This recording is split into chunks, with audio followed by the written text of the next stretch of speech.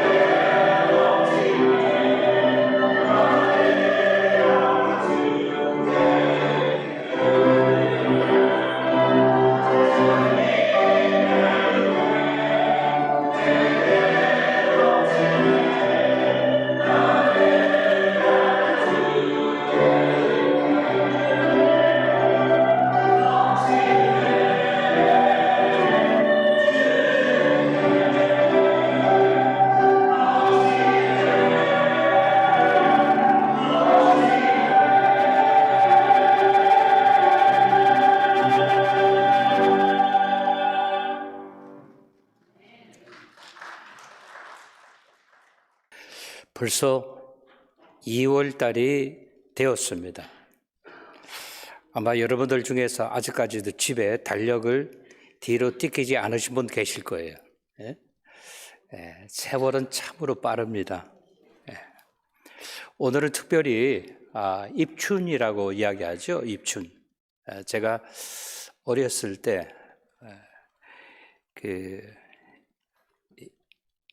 미국에 살다가 한국에 가가지고 민속촌을 방문한 적이 있습니다. 민속촌을 방문하니까 큰 집, 대감집이라고 바깥에 써놨는데 거기 가니까 이렇게 종이가 2개가 붙어 있더라고요. 그래서 보니까 입춘대길, 또 하나는 건양다경 이렇게 써놨어요. 그래서 제가 한문은 읽을 줄 아는데 그 말의 뜻이 제가 뭔지를 몰랐어요. 그래서 한복을 입고 있는 분한테 제가 물어봤습니다. 그분이 거기서 일하시는 분 같아가지고 저 뜻이 뭡니까? 그러니까 그분이 말씀하시기를 입춘대길이라고 하는 것은 이제 봄도 오고 했으니까 그 여러분의 앞길이 이렇게 환하게 뚫리게 되기를 원한다. 이렇게 큰 길이 앞에 펼쳐지기를 원한다. 그 옆에 거는 뭡니까? 그러니까 이제 봄이 되어가지고 따뜻한 기온도 오는데 여러분이 기쁜 일, 감사한 일이 많이 있기를 바랍니다. 라고 해서 제가 기억에 남습니다. 여러분 지난 한 주간 동안 어떻게 지내셨어요? 영어로 말하면 so-and-so. 축구 보신 분 계세요? 한번 손 들어보세요. 축구. 그 축구 구경하셨으면 여러분 한 주 동안 아주 보람된 일을 맞이했습니다. 그죠? 제가 이 아까운 시간에 축구 이야기 하려고 하는 것이 아니라 우리의 인생도 우리 하나님 아버지 보시기에 마지막 time is up 하기 전에 연장전이든 승부차기든 해가지고 우리 하나님께로부터 우리의 믿음과 신앙을 인정받을 수 있다면 아멘? 여러분 기대하지 않습니까? 인정해 주려면 하고 말려면 말고 이렇습니까?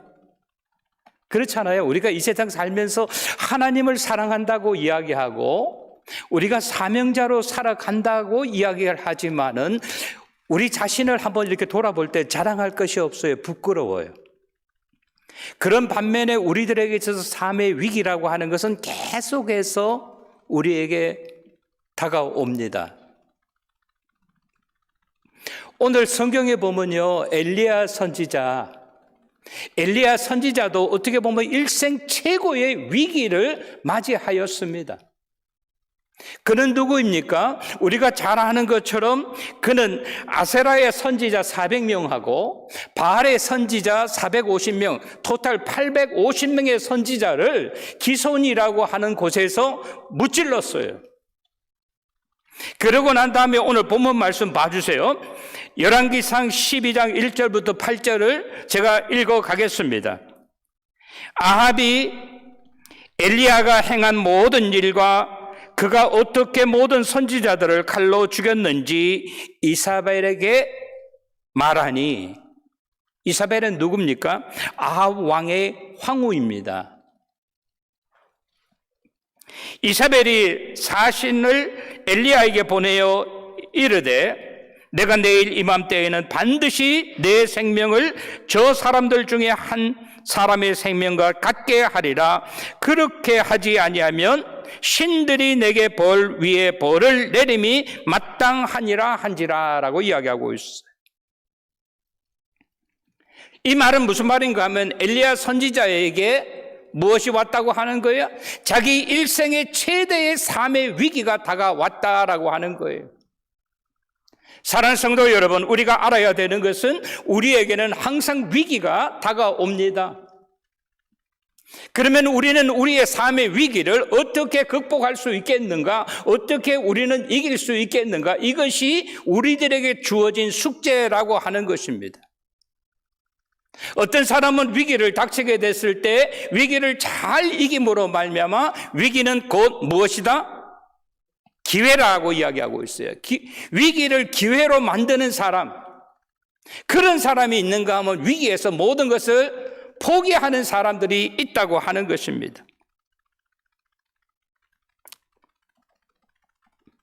3절 말씀을 봐주시기 바랍니다. 그가 이 형편을 보고 일어나 자기 생명을 위해 도망하여 유다에 속한 부엘사바에 이르러 자기의 사관을 그곳에 머물게 하고 4절 자기 자신은 광야로 들어가 하루 길쯤 가서 로뎀 나무 아래 앉아서 자기가 죽기를 원하며 이르되 여호와여 넉넉하오니 지금 내 생명을 거두시옵소서. 나는 내 조상들보다 낫지 못하나이다 그랬어.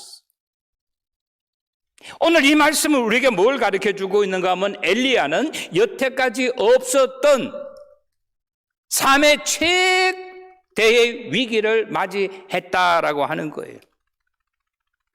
엘리야 선지자가 누구입니까? 그는 850명이나 되는 바알의 선지자와 아셀라의 선지자를 단칼에 무너뜨린 사람이었다라고 하는 거예요.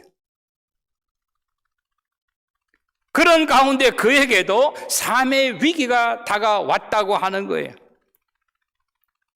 그래서 4절 말씀해 보면 그는 로뎀 나무 아래에 이르러서 자기 자신을 비관했다고 하는 거예요. 그가 하나님 아버지 앞에 이야기합니다. 여호와 하나님이여 내 목숨을 취하여 주시옵소서. 여러분, 사람에 따라 다릅니다.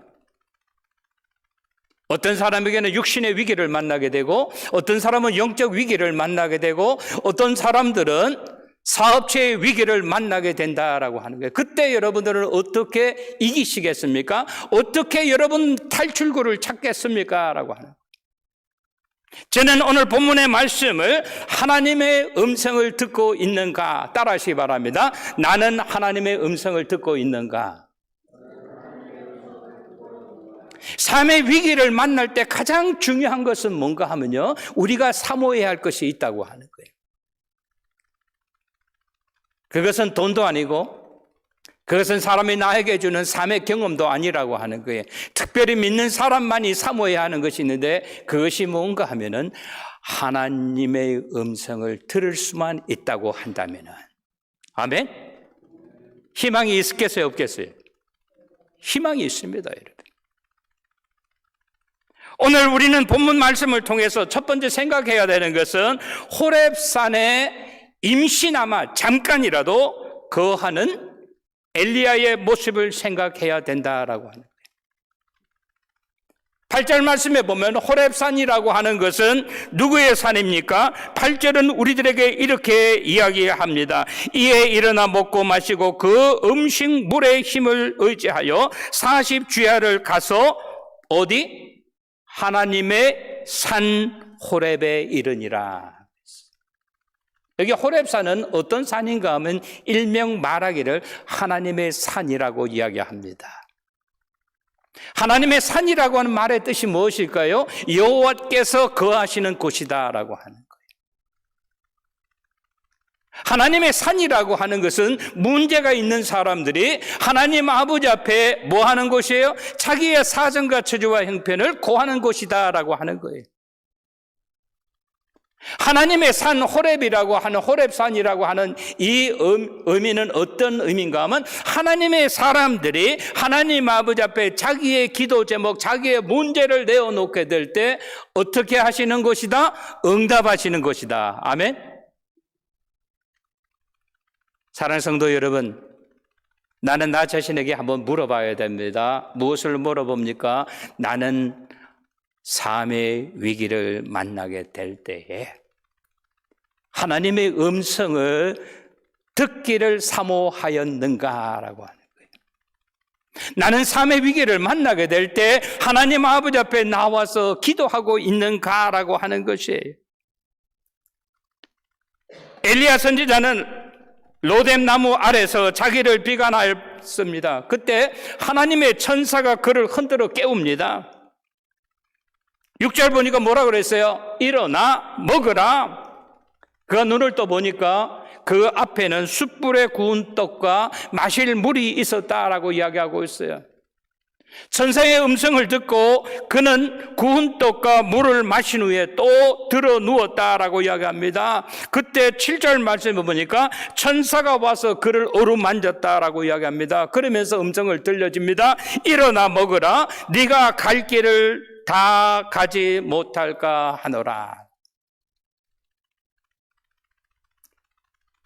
엘리야 선지자는요, 자기가 처해져 있는 처지와 형편이 너무나 괴로웠어요. 좀 쉬운 말로 말하면 인생을 포기했습니다. 얼마 전까지 보던 엘리야 선지자의 모습이 아니라고 하는 거예요. 그럼에도 불구하고 하나님께서는 천사를 통해서 그에게 계속해서 반복적으로 이야기합니다. 8절에 보니까 일어나 먹고 마시며 그 음식의 힘을 의지하여 40주야를 가서 하나님의 산 호렙에 이르렀다라고 이야기하고 있어요. 사랑하는 성도 여러분, 오늘 우리가요, 신앙생활하는 우리들이 있어서 우리 삶에 있어서 우리는요, 롤러코스터 같이 청룡열차와 같이 올라갈 때가 있으면 내려갈 때가 있습니다. 이것은 누구에게만, 처음 나온 교인들에게만 있는 것이 아니에요. 목회자들에게도 있다고 하는 겁니다. 장로님들에게도 있고 권사님들에게도 있고 집사님들에게도 있습니다.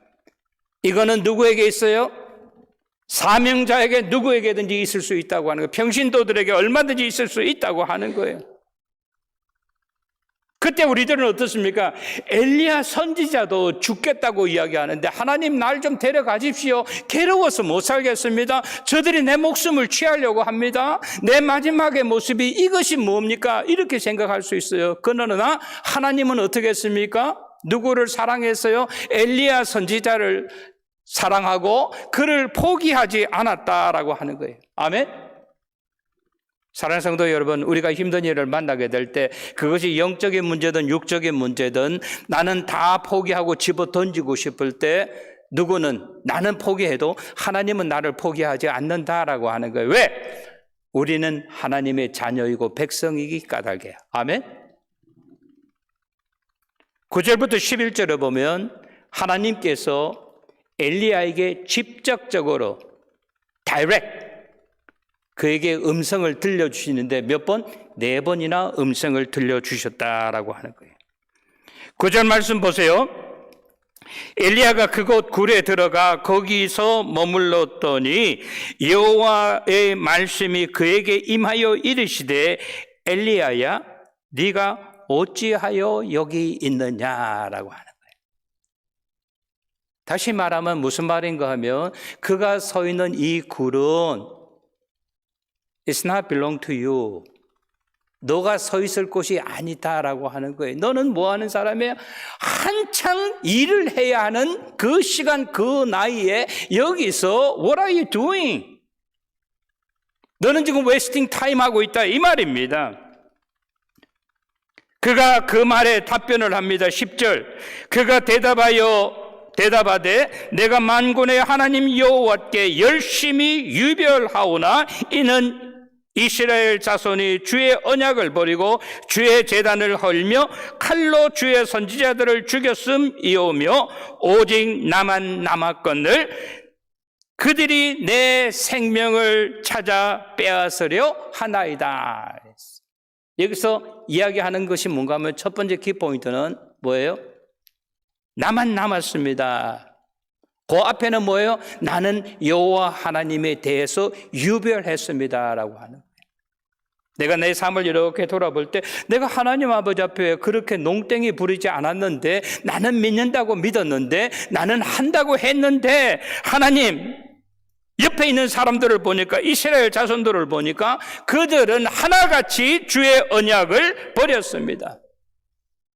주의 제단을 헐고 있었습니다. 칼로 주의 선지자들을 죽였으며 오직 나만 남았거늘 내 생명을 찾아 빼앗으려 하나이다. 이 가장 중요한 말은 뭔가 하면요, 내가 여호와 하나님을 위하여 그동안 얼마나 수고 많이 하신 것 하나님 아버지 아시지 않습니까?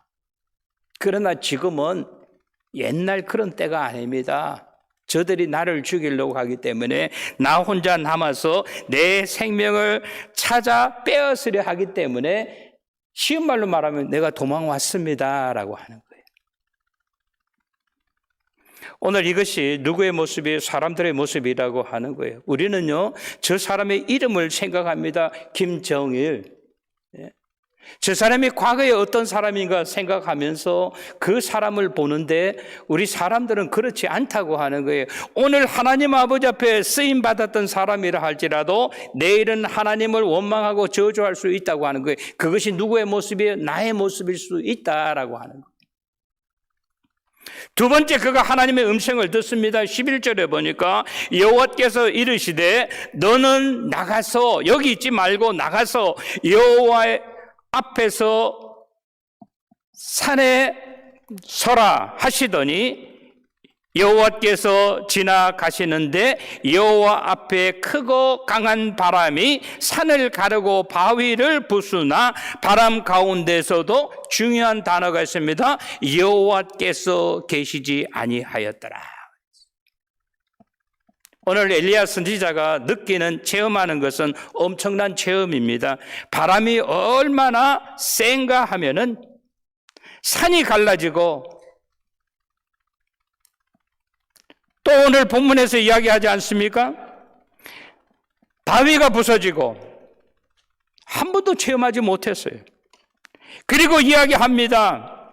바람 가운데서 여호와께서 계시지 아니하더라 그랬어요. 우리가 기대하는 것은 무엇입니까? 바람이 불고 산이 무너질 정도로, 그죠? 바위가 부서질 정도로 그렇게 바람이 불면 하나님께서 뭐해? 나 지켜줘야 되는 것 아니에요. 하나님 도대체 계시기나 계십니까? 하나님 나에게 대해서 관심이나 있습니까? 하나님 어떻게 안 계십니까? 미국의 대통령 토마스 제퍼슨 같이 그가 이야기하는 신학이 뭔가 하면 God created earth, then he left. 하나님이 세상을 창조하고 난 다음에 무책임하게 세상을 떠났다라고 하는 거예요. 그렇지 않으면 어떠한 이런 어려움이 나에게 오겠는가라고. 그리고 그 다음에 뭐라고 이야기합니까? 그 다음에 보니까 지진이 일어났다 그랬어요. 한 번도 느끼지 못한 그런 지진입니다. 엄청난 지진입니다. 이때는 뭐 리치 스케일이라고 하는 말이 없었으니까 엄청난 지진이 왔는데도 지진 가운데서도 여호와께서 계시지 아니했다 그랬어요. 12절에 보니까 또 지진 후에 불이 있으나 불 가운데서도 여호와께서 계시지 아니하시더니 그랬어요. 계속해서 반복적으로 나오는 단어가 뭡니까? 여호와께서 계시지 아니했다. 하나님께서 나에게 대해서 관심도 없었다라고 하는 거예요. 그러나 본문 말씀에 보면 뭐라 그랬습니까? 12절 마지막에 보니까 불 후에 세미한 소리가 있다 그랬어요. 세미한 음성이 있었다 그래요. 세미한 소리가 있었는데 또 이야기하죠. 엘리야가 듣고 겉옷으로 얼굴을 가리고 나가 굴어기의 섬에 소리가 그에게 임하여 이르시되 엘리야야 네가 어찌하여 여기 있느냐라고. 여기서 우리가 기억해야 되는 단어가 있습니다. 하나님의 음성인지도 모르고 세미한 음성이 들렸는데 그가 겉옷을 가지고 자기의 얼굴을 가렸다라고요. 여러분, 얼굴을 왜 가립니까? 그는 기도하는 사람이었어요. 이 모든 것이 지나가고 난 다음에, 불이 지나가고 난 다음에 세미한 음성이 들었을 때 어쩌면 하나님의 음성일 수 있다라고 생각하기 때문에 그가 겉옷을 벗어가지고 자기의 얼굴을 가렸다라고 하는 거예요. 여기서 우리가 생각해야 되는 것은 무엇입니까? 신앙인은 어떠한 환경과 저주와 형편 가운데서도 쉽게 포기하지 않냐고 하나님께서 역사하신다라고 하는 것을 믿어야 될까요? 안 믿어야 될까요? 엘리야는 그것을 어떻게 했어요? 기대했습니다. 그것을 믿었습니다. 그때 보니까 하나님의 음성이 그에게 들렸습니다. 13절 마지막에 보니까 엘리야야 네가 어찌하여 여기 있느냐. 오늘도 우리 하나님께서는 위기를 당한 우리들에게 있어서 내가 누구를 도와줄까? 도와줄 자를 찾고 있다고 하는 사실을 꼭 기억하시는 저와 여러분이 되시기를 바랍니다. 쉽게 포기하지 마십시오. 내 생각대로 내 방법대로 되지 않는다고 해서 내가 쉽게 포기하면 안 된다라고 하는 거예요. 14절 그가 대답하되 내가 만군의 하나님 여호와께 열심히 유별하오니 이는 이스라엘 자손의 주의 언약을 버리고 주의 제단을 헐며 칼로 주의 선지자들을 죽였으며 오직 나만 남았거늘 그들이 내 생명을 찾아 빼앗으려 하나이다. 여기 보면요, 엘리야의 생각과 엘리야의 마음은 조금도 변함이 없다고 하는 거예요. 첫 번째 하나님 아버지 앞에 드린 그 고백이 오늘 그의 고백이라고 하는 거예요. 그럼에도 불구하고 하나님께서는 엘리야를 야단치지 않았습니다.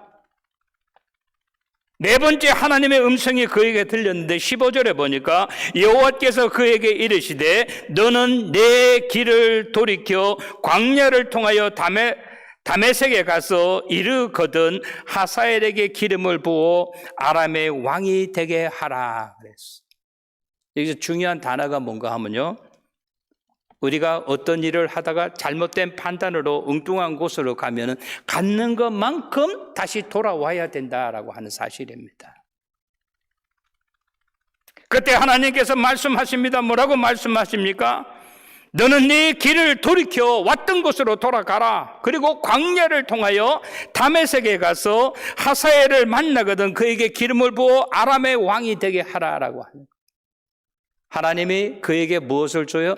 다시 제 사명을 주셨다라고 하는 거예요. 여러분 기억하십시오. 하나님의 사람들은요, 항상 우리가 잊지 말아야 할 것이 있습니다. 나는 뭐라고? 나는 사명자라고 하는 사실입니다. 아멘? 사명자는 목사님만 받는 것 아니야? 뭐 전도사님만 받는 것 아니야? 적어도 장로님이나 권사쯤 돼야 받는 것 아니야? No, 그렇지 않습니다, 여러분. 죄송합니다. 교역자도 사명감 없이 살아가는 사람 많이 있을 수 있다고 하는 거예요. 교회 직분자들도 사명감이 뭐래요? 라고 하는 사람이 있다고 하는 거예요. 저는 지금도 기억을 합니다. 옥하는 목사님께서 자기 교회에 3,000명의 평신도들을 훈련시키고 목사님들 앞에서 이야기를 했어요. 우리 교회는 다른 교회 교역자 같은 평신도 사명자가 3,000명이 있습니다 라고 이야기했어요. 그러면서 그분이 뭐라고 이야기하는가 저한테 충격적이었어요. 여러분들은 다 목사님들 아니냐고. 내가 여러분들 존경하고 사랑합니다. 평신도를 병신도로 만들지 마십시오라고 하는 거예요. 저는 그 말이 굉장히 충격적으로 다가왔어요. 평신도는 훈련이 된 사명자로 살 때에 평신도가 하나님 아버지 앞에 귀하게 쓰는 법입니다. 평신도를 그만 가만히 있어도 된다. 병신으로 만들지 말라고 하는 거예요. 오늘 본문은 우리 하나님께서 누구에게? 엘리야에게 전해주시는 말씀이지만 저와 여러분에게 전해주시는 하나님의 음성으로 들려지게 되시기를 주님의 이름으로 축원합니다. 오늘 본문은 우리들에게 이야기하고 있지 않습니까? 뭐라고 이야기합니까? 엘리야는요, 자기가 850명의 선지자들의 목숨을 쳤을 때 자기의 사명이 다 끝난 줄 알았다고 하는 거예요. 그러나 우리가 알아야 되는 것은 뭐예요? 하나님이 우리들에게 주신 사명은 이 세상을 떠날 때 종친다고 하는 거예요. 무슨 목사가 은퇴하고 난 다음에 뭐 플로리다 가서 골프나 치고 왜 그렇게 해요? 할 일이 많이 있는데 우리 장로님, 권사님들도 마찬가지잖아요. 어떤 사람은요, 현직에 있을 때는 열심히 하는 것 같아. 근데 은퇴하고 나면은 신경을 안 써요. 저 사람이 교회 장로인지 권사인지 뭔지, 어느 교회 다니는 사람인지. 오늘 본문은 우리들에게 이야기합니다. 뭐라고 이야기합니까? 16절에 보니까 너는 또 님시의 아들 예후에게 기름을 부어 이스라엘 왕이 되게 하고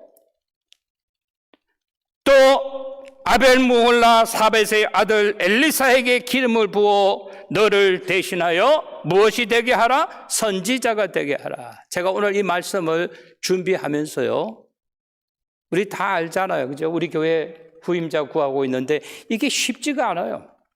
정말 쉽지가 않아요, 여러분. 성경에서 어떻게 후임자를 구했는가를 제가 봤어요. 모세의 시대가 끝나고 여호수아의 시대가 왔을 때 도대체 여호수아에게 무엇이 있어가지고 어떤 흠모할 만한 것이 있어가지고 하나님께서 그를 세우셨는가? 다윗의 시대가 사울의 시대가 끝나고 다윗의 시대를 열어갈 때 하나님께서 다윗의 어떠한 점이 있어가지고 그를 후임으로 세웠는가? 우리가 잘 아는 것처럼, 그죠? 모세의 시대가 끝나고 여호수아의 시대가 왔을 때 하나님께서 그를 무엇 때문에 어떤 흠모할 점이 있어가지고 그를 세웠는가? 엘리야의 시대가 끝나고 엘리사를 하나님께서 그를 썼을 때 어떠한 역사가 일어났는가? 우리 베델교회가 이제 28년을 앞두고 있지 않습니까? 저는 일대 목사로서 하나님 아버지 앞에 최선을 다하지는 못했다 할지라도 제가 할 수 있는 대로 저는 헌신하고 노력했었습니다. 그러면서 저는 요즘 잠을 못 자요. 어떤 분이 과연 베델교회에 이기 목사로 오셔가지고 하나님이 원하시는 하나님의 뜻을 이루어 갈 수 있겠는가라고 하는 거예요. 어떤 베델 공동체, 어떤 기관이 하면서 영어로 말하면 transition period, 이 피어리드를 어떻게 잘 이길 수 있겠는가라고 하는 거예요. 오늘 하나님께서 엘리야에게 가르쳐 주시는 것, 오늘 저와 여러분에게 들려지는 하나님의 음성이 되게 되시기를 바랍니다. 그것이 무엇입니까? 엘리야는 850명의 목을 쳤을 때 거기서로 자기의 임무가 다 끝났는 줄 알았는데 아니야. 그것보다 더 중요한 것이 있어. 제가 다시 말씀드립니다. 하나님께로부터 사명을 받은 사명자들은 어떻게 살아야 돼요? 사명자 같이 살아야 된다라고. 아멘? 제가 어려운 설교 합니까?